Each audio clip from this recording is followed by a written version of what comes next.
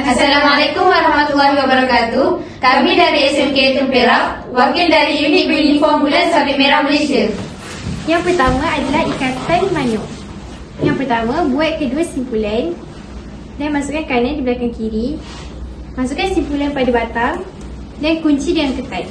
Fungsi simpulan ikatan manuk ini untuk mengikat kayu bendera. Seterusnya, ikatan silang. Lilitkan sebanyak 3 kali. Ikat dengan kuat supaya ia menjadi kukuh. Kemudian lilitkan pada bahagian kiri dan kanan batang sebanyak 3 kali.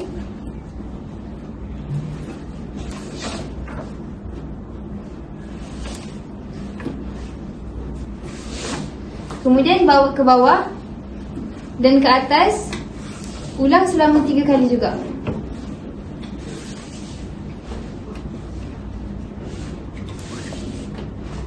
Kemudian bawakan dia ke sekeliling batang sebanyak 1 kali.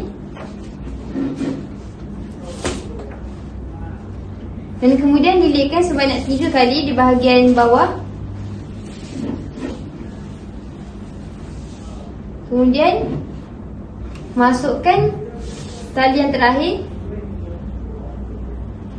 dalam dalam lubang yang ada.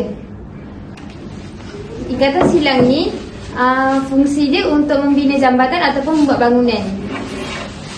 Yang ketiga ialah ikatan 2 simpul. Lilitkan tali ke batang kayu sebanyak 2 kali. Kemudian ambil yang atas, bawa ke bawah dan masukkan ke dalam lubang. Ikat untuk mengetatkannya. Kemudian ambil lagi sekali tali pada atas, bawa ke dalam lubang dan ikat untuk mengetatkannya. Fungsi tali ini untuk mengikat pada pancang kemah, tiang atau pokok serta untuk mengikat pada bot atau perahu di jeti. Yang keempat ialah ikatan lilitan balak. Tali yang kanan ke atas tali yang kiri dan lilit sebanyak 3 kali. Ketatkan tali kepada kayu.